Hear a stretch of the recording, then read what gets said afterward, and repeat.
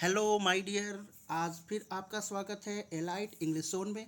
आज हम लोग पढ़ेंगे फर्स्ट फ्लाइट से चैप्टर नंबर 7 का, है ना, ग्लिम्पसेस ऑफ इंडिया का सेकंड पार्ट, जिसका नाम है Coorg.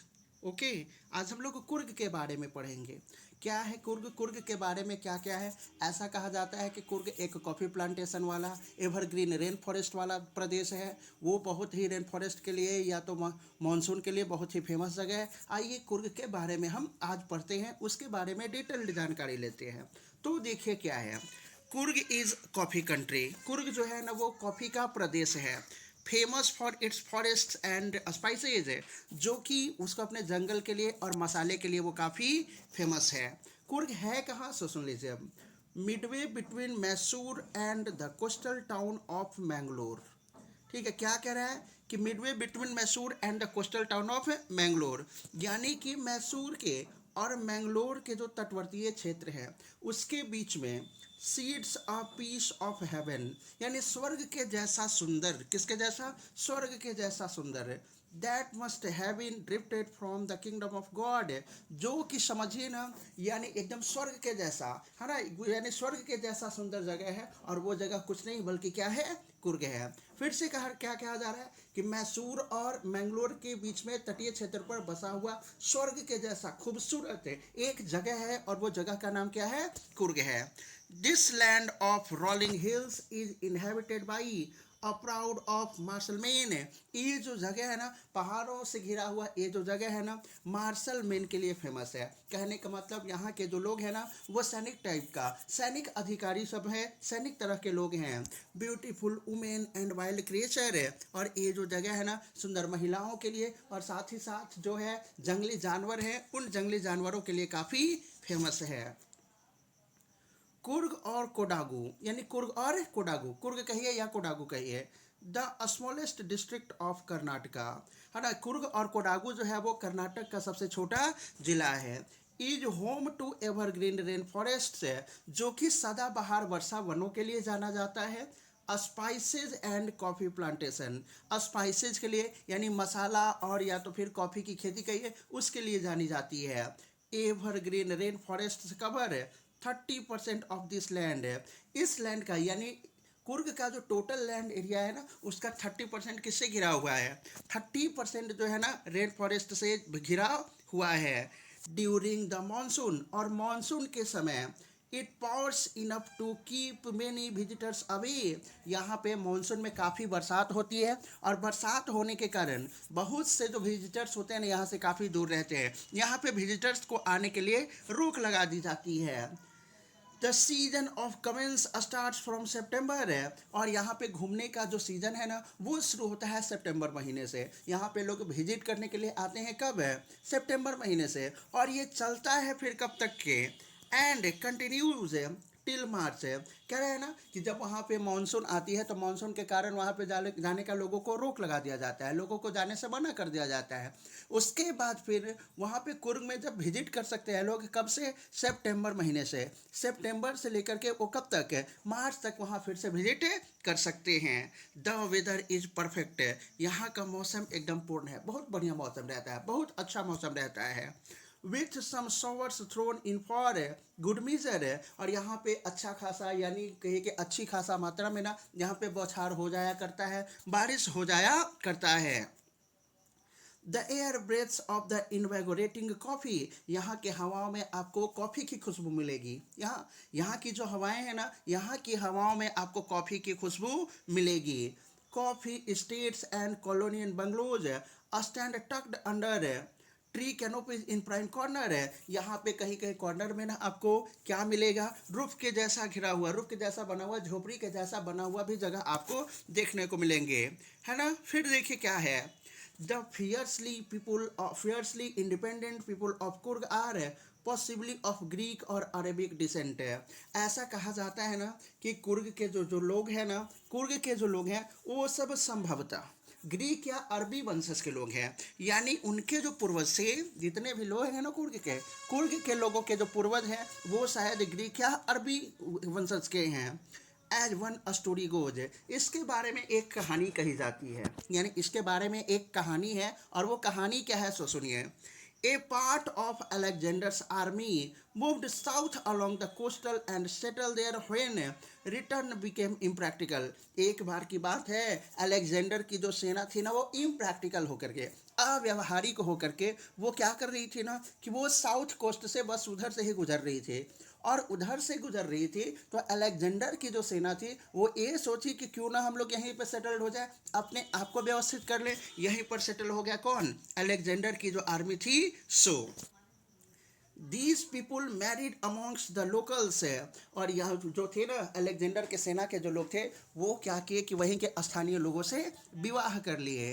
And their culture is apparent in the martial tradition है, और उनका जो कल्चर जो था ना उनका मिलता जुलता था। यानी ये सब जो अलेक्जेंडर के जो सेना थी वो सब भी क्या थे, वो लोग भी मार्शल ट्रेडिशन के थे, सैनिक टाइप के लोग थे, और कुर्ग के जो रहने वाले लोग थे वो सब भी क्या थे, सैनिक ही थे। उनको भी युद्ध से ही कुछ लेना देना रहता था।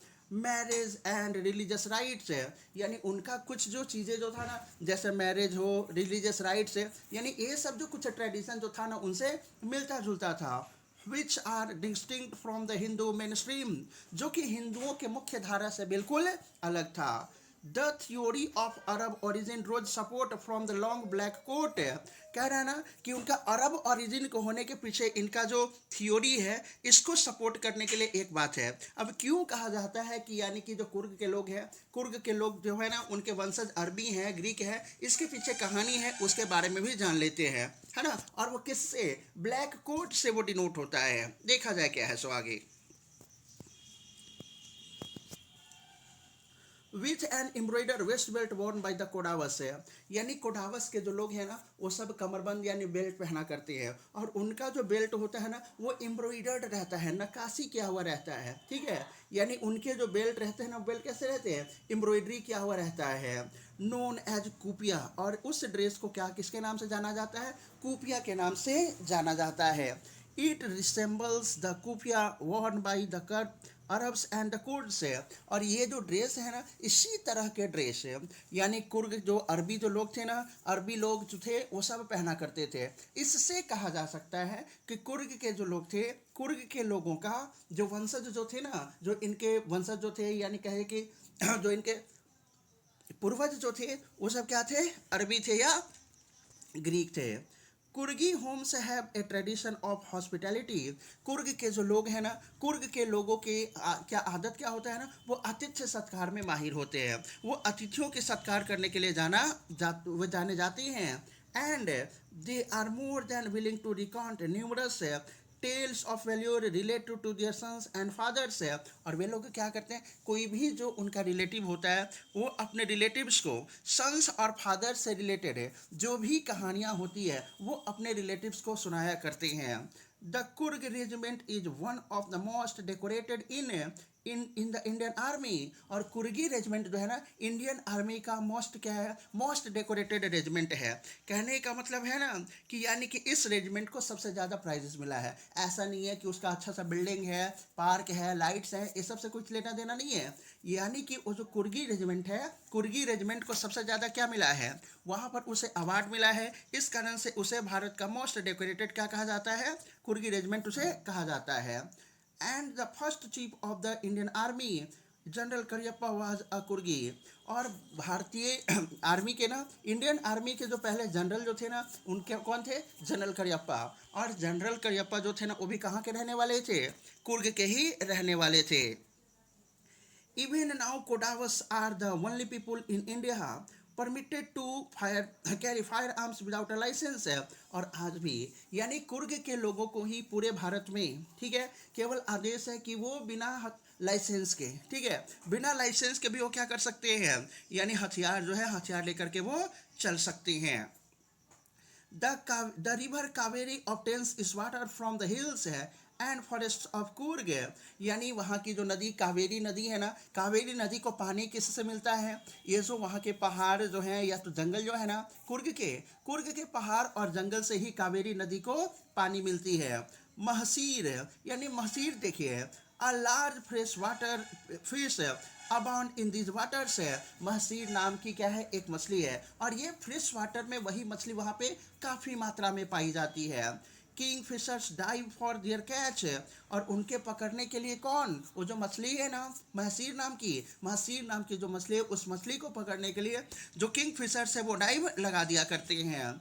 While squirrels and langurs drop partially eaten fruit in the midst of enjoying the splash and the ripple effect in the clear water. और फिर क्या कह रहा है, अब ये है लंगूर, स्क्वायरल और लंगूर जो है ना वो सब क्या करते हैं, वो सब पार्शियली इटेन फ्रूट को, यानी आधा खाया हुआ जो फल होता है, आधे खाए हुए फल को, for the मिसचिफ of enjoying the splash है, वो आधा खाए हुए फल को क्या करते हैं ना पानी में गिराते हैं. किस लिए, कि जब पानी में गिरेगा तो उसके छींटे उड़ेंगे, या तो फिर रिपल इफेक्ट है. कहने का मतलब किसी यानी पानी में आप पत्थर डालो तो देखते हो ना गोल गोल क्या होता है, उसका वेव बनना शुरू हो जाता है. उस वेव का आनंद उठाने के लिए जो ये सब लंगूर हैं, स्क्वायरल है ना, वो सब आधा खाया हुआ फल वहाँ पे पानी में गिरा देते हैं. Elephants enjoy being bathed and scrubbed in the rivers by their mouth से, और हाथी जो है ना वो भी पानी में एकदम अपने माउथ के द्वारा पूरा स्क्रब करके मीन्स रगड़ रगड़ के उसे स्नान कराया जाता है. इसका भी आनंद कौन उठाता है, वो जो हाथी है ना वो भी वहाँ के नदियों में काफ़ी आनंद उठाता है. The most laid back individuals became converts to the life of high energy adventure with river rafting, canoeing, rappelling, rock climbing and mountain biking. कह रहा है ना कि यानी कुर्ग के जो लोग हैं ना वो सबको क्या है, सबसे ज़्यादा क्या पसंद है, कुर्ग के जो लोग हैं, कुर्ग के लोगों को सबसे ज़्यादा पसंद क्या है, साहसिक कार्य करना. साहसिक कार्य क्या करते हैं, नदियों में नाव चलाना, कैनोइंग करना, पहाड़ पे चढ़ना, माउंटेन बाइकिंग करना, ये सब जो साहसिक कार्य है, ये सब साहसिक कार्य कौन क्या करते हैं, कुर्ग के जो लोग हैं वो सब क्या करते हैं. फिर देखिए numerous walking trails in this region are a favourite with trekkers है, और वहाँ पे पैदल चलने वालों की ऐसे ही लग रहा है ना कि पैदल चलने वालों के पहाड़ पे ऐसे पैदल चल के कहाँ से रास्ता चला गया, ये सब भी आपको क्या होता है वहाँ पर दिखाई देगा. बहुत से लोग ऐसे लग रहे हैं ना जैसे पैदल ऐसे ही पहाड़ पे किस रास्ते से चले गए, जो पगडंडिया जैसी जो होती है ना वो सब भी वहाँ पे देखने को मिलता है. Birds bees and butterflies are there to give you company, वहाँ पे पक्षी, तितलियाँ, मधुमक्खियाँ, ये सब जो है ना वो सब भी आपको कंपनी देंगे, मीन्स आपको वहाँ पे साथ देंगे. मकाकाउज, Malabar squirrel, langurs and slender lorries keep a watchful eye from the tree canopy. करना मैक्यूज, और फिर क्या है मालाबार स्क्वेरल, लंगूर और स्लेंडर लॉरिस, यानी कि लंगूर है, लजीले वानर हैं, ये सब भी वहाँ पे आपको देखेंगे. वही कई झुग्गी झोपड़ियाँ जो होंगी ना वो सब पर बैठ करके आप पर काफ़ी ध्यान से देखते रहते हैं, काफ़ी इसका आनंद उठाते हैं. I do however prefer to step aside from the wild elephants है, और मैं तो भाई क्या करता हूँ, जंगली जानवर जो है ना, जंगली जानवरों से, जंगली हाथी जो है उस हाथी से मैं अपने आप को काफ़ी दूर ही रखना पसंद करता हूँ. The climb to the Brahmagiri hills brings you into a panoramic view of the entire misty landscape of Kurg. कह रहा है ना कि जब आप वहाँ पे जाओगे ना तो ब्रह्मगिरी पर्वत पर चढ़ोगे तो ब्रह्मगिरी पर्वत से ये यहाँ का कुर्ग का जो पूरा जो लैंडस्केप है, भूदृश्य है, एकदम पूरा धुंध से भरा हुआ, कुहासे से जैसा भरा हुआ, वो आपको दिखने में काफ़ी सुंदर लगेगा, काफ़ी ही बढ़िया उसका भूदृश्य रहता है. A walk across the rope bridge leads to the 64-acre lands of निसर्गधामा, और जब वहाँ पे रोपवे से पार करोगे ना तो रोपवे से पार करने के बाद 64 एकड़ लैंड को पार करते हुए ठीक है आप कहाँ पहुँच जाओगे, निसर्गधामा पहुँच जाओगे. Running into Buddhist Monks from India last Tibetan settlement है, और वहाँ पर ढेर सारे क्या है, भारत में आए हुए, तिब्बत से आए हुए, ठीक है, भारत में जो बौद्ध भिक्षुक है ना वो सब आपको देखने को मिलेंगे. Eat near Bylakuppe is a bonus, और बैलकूपी में के नज़दीक ये सब देखना आपके लिए क्या होगा, बोनस की तरह होगा. The Monks in red occur and yellow ropes है, और वो सब जो बौद्ध भिक्षुक है ना वो सब कैसे हैं, यानी लाल रंग के, गेरुए रंग के जो कपड़े हैं ना और पीले रंग के जो पोशाक हैं वो सब पोशाक पहने हुए नजर आएंगे. Are amongst the many surprise that wait to be discovered by visitors searching for the heart and soul of India right here in Coorg है, और कह रहा है ना कि यानी आपको इस बात को आश्चर्य होगी कि यानी जो लोग भी भारत में विजिट करते हैं और यदि भारत के दिल और आत्मा की यदि कोई खोज कर रहे हैं तो उस आत्मा की खोज करने के लिए यदि कोई कुर्ग में आया है तो बिल्कुल सही जगह पर है। वो कहीं नहीं, बिल्कुल कहाँ है, कुर्ग में है। Thanks my dear. ये वीडियो यदि आपको पसंद आया हो तो इस वीडियो को please like, subscribe and share. Thank you.